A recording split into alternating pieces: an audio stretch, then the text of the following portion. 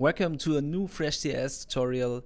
In this video I show you part 2 of how Entropiq defaults on T-side Overpass. Have fun, mates!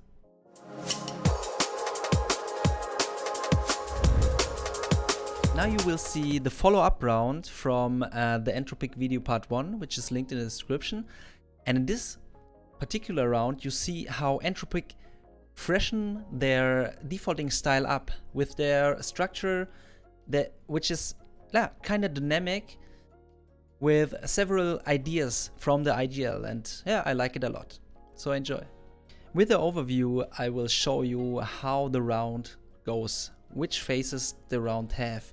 So like the other videos, like the other rounds I showed you before on YouTube, you can divide the rounds in phase A, early round, phase B, mid round, and phase C, late round.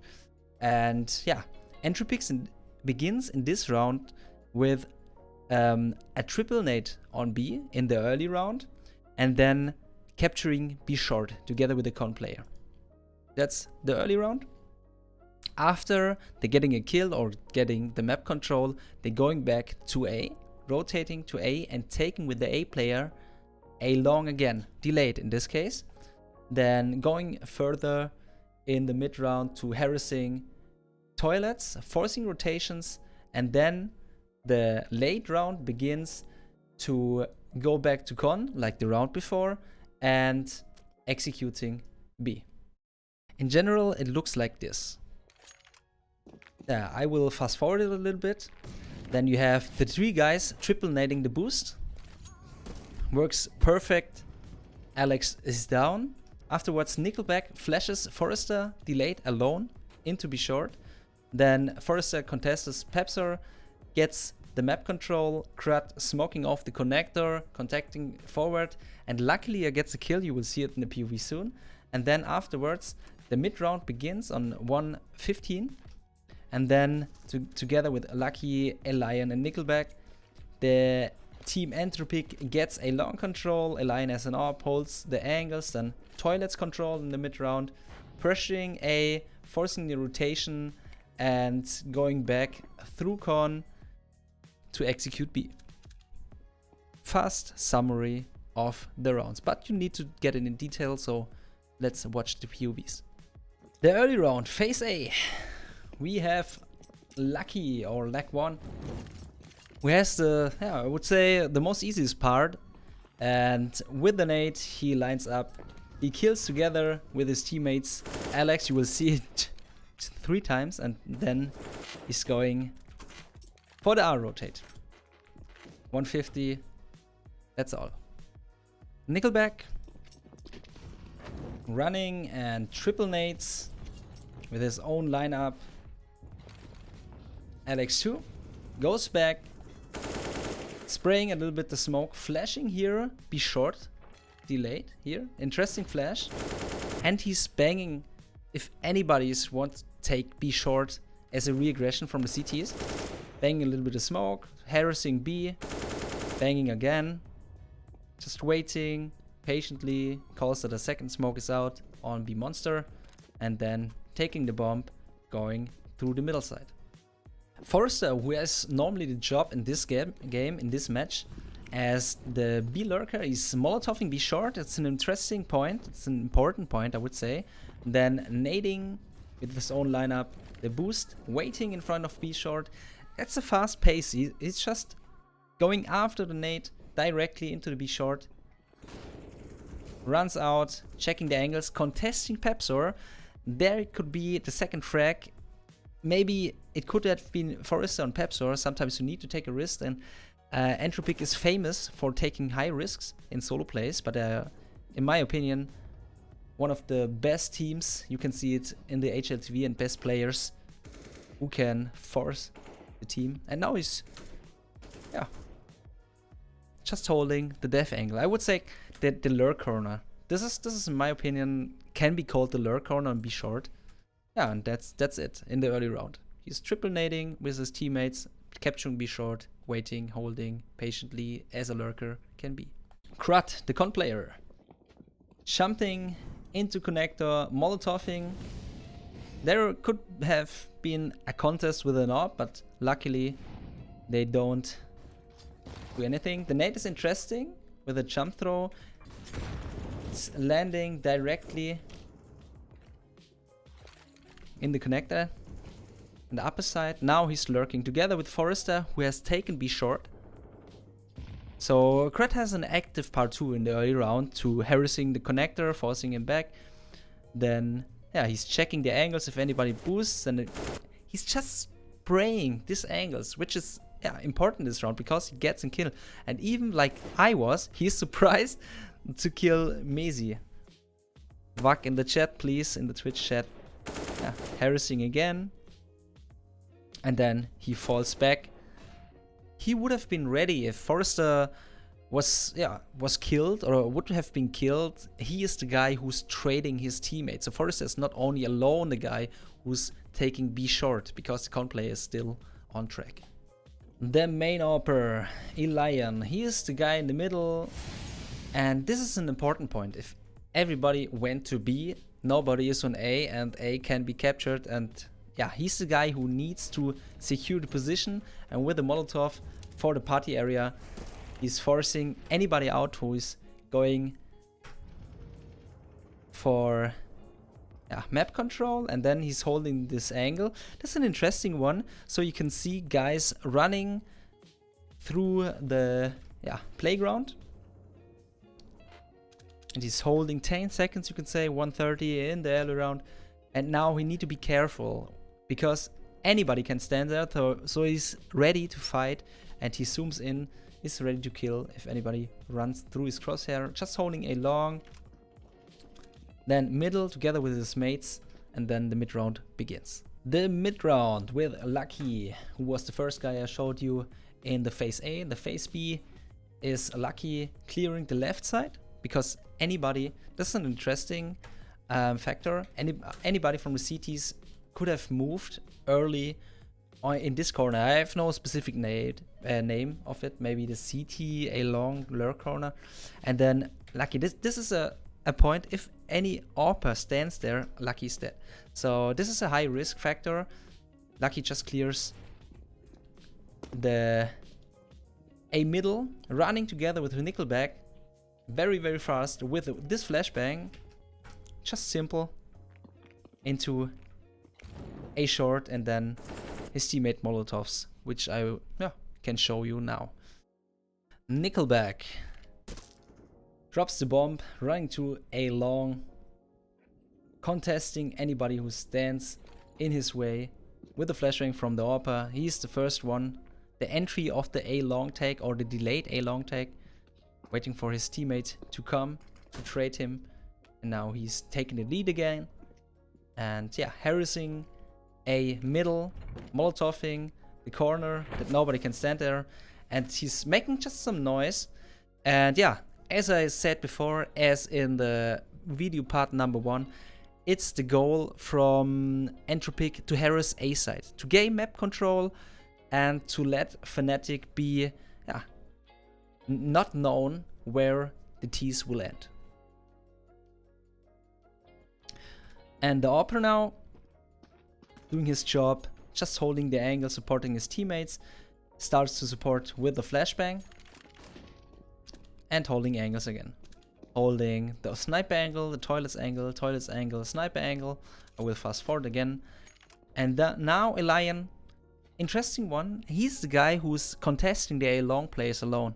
The punish could be if the CT just hiding in this corner early or in the late game. So you already saw that Mezi was dying in the connector and Alex was dying instantly after the triple nade. So yeah, Entropiq is kind of fast. They are not so clearly, perfectly flashing the enemies away. They're just running and gunning to trade, to get as fast as possible map control. And so Elian doing for himself just information plays. Yeah, and this is the mid round. He's just getting with the jump peak information if anybody wants to contest him A long. Krad, who was supporting the B short player, gets out a flashbang, getting slowly and silently back to the A players. Again, like the round before, this is Entropiq style, I can say. They, yeah, let the connector open. And this is interesting. You see now poizon. I will show the POV after I showed every POV. poizon gets map control. He needs to do something because they are 1 or 2 men less than the enemies on the T side. And so Krad just holding the middle, contacting. In the last round, he flashed their mates, his mates, here into toilets. And now he's just holding the angles, supporting, refragging, clearing the middle. And yeah, he is ready to go into the late game. This is so funny what fREShCS happens here. But he didn't realize it. So yeah, he's just holding in the mid round. Be short. I have now activated 16 to 9, the highest quality I can give you. And yeah, maybe he didn't saw poizon because he has fall to 3 resolution. And poizon is he's just going into connector. He could have killed him, so the round would have been in the hand from Entropiq already. 5 against 2, you don't lose this in normal play. Yeah, and he's just holding the reaggression. And you saw poizon. So heartbreaking for him.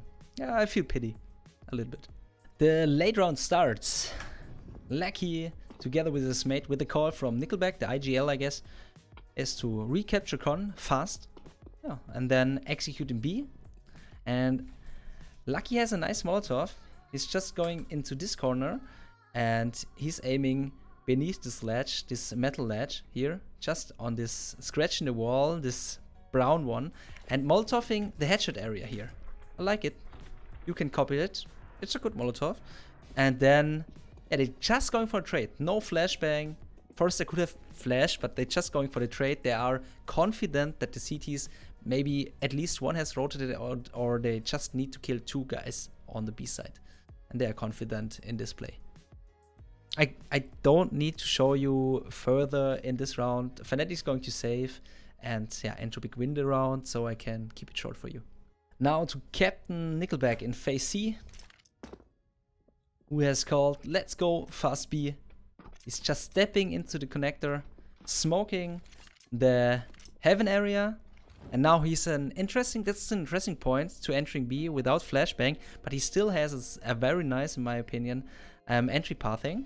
He's just clearing if anybody comes. He's clearing the CT, he's clearing the ABC, and then he clears, it's an important one, the barrels area. After it, he's just jumping into water and getting safe position. And there could be a CT just chilling, camping, and yeah, he just says nobody's there, he doesn't need to shoot, the round is safe. Krad here. The first one is going into his connector side. Is the refragger behind Nickelback, and that's it. Chose his own entry path. That's the second entry. And now he's safe, I guess. Elian, who has holded the A long side for a long time, just going for the reaggression, holding the reaggression with his AWP. He is the one stressing, shooting, and staying. Be short. And that's it. His job is done. It was an easy one in my opinion in this round. fREShCS, the last POV, the B player. It's an important role because fREShCS, as a lurker on Overpass, he needs to do a lot of things for himself. And Nickelback, he said, yo, we're going to B and execute B. He's the one who knows anybody needs to secure the B monster side. So he's just running to B monster. He has 10 seconds, and together with his teammates, it needs to work in parallel. Nickelback is parallel with him. He's contesting alone A long, A monster, B long, excuse me, and then he's contesting together with his mates. Luckily, there was nobody there, but fREShCS is a guy who is used to this job to contest alone. A lurker need to be a good duelist, and yeah. You have seen it several times before in rounds with fREShCS doing alone little stuff. Last but not least, we have here poizon. And poizon is the guy from Fnatic, the AWPer from Fnatic. He's Molotov in the middle. And yeah, I need to show you the POV because it's a good attempt to regress, to get the round, even his mates dying. And yeah, let's go on. He's the guy in connector together with a setup, together with the Mezi, who dies now against Krad. poizon goes for the round. He wants to do something. And yeah, sadly he didn't see fREShCS here, standing on the ledge. And he's going behind Krad. The last round, maybe Fnatic has figured out how Entropiq work. And in the last round, watch part 1, it's a reminder. poizon did a smart move, but in this one, it's not the best decision to go a long. It's a gamble. It's literally a decision-making gamble. And so he can say, nobody's a long, and then the round is already over. But for example, if had poizon just stayed into connector or killed fREShCS, maybe the round would have gone completely out of the hand of Entropiq. But sometimes in such dynamic styles and such guesses and ideas from Entropiq, you have some risks to take. And this round, it was the right risk with the right call, 100%. Now, summary of the rounds. We can say, in short, Entropiq started to triple nade B, then taking B short, pressuring Con in the meantime, in parallel. Then they took delayed A long in the mid round. And again, like the round before, they clearing the toilets, pressuring A, and retaking Con to execute B. That's all. You can see it on the side. It's an easy one if you have the structure, if you have the ideas, and if you are able to default with your team and everybody is aware of your style. And that's the style of Entropiq against Fnatic. So I hope you understand what I want to say. You Overpass defaulting is an own kind of art. Like every map has its own style, and Overpass is a dynamic defaulting style. You need to be aware, everybody needs to be aware how to take the parts of the maps to adapt on the enemies. And you have some things which has been into the game, in the competitive game, for several years now. For example, the triple nades. Astralis began 2, 3, 4 years ago, and now everybody is aware of it, of this play. And you need to be able to triple nade with a good precision to get a kill easily for $900. Yeah, and that was the key of the round.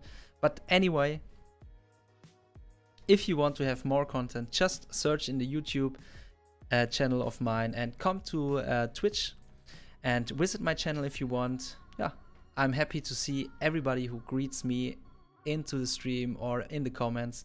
Yeah, feel free, guys. I wish you a good day. You fREShCS. Bye bye.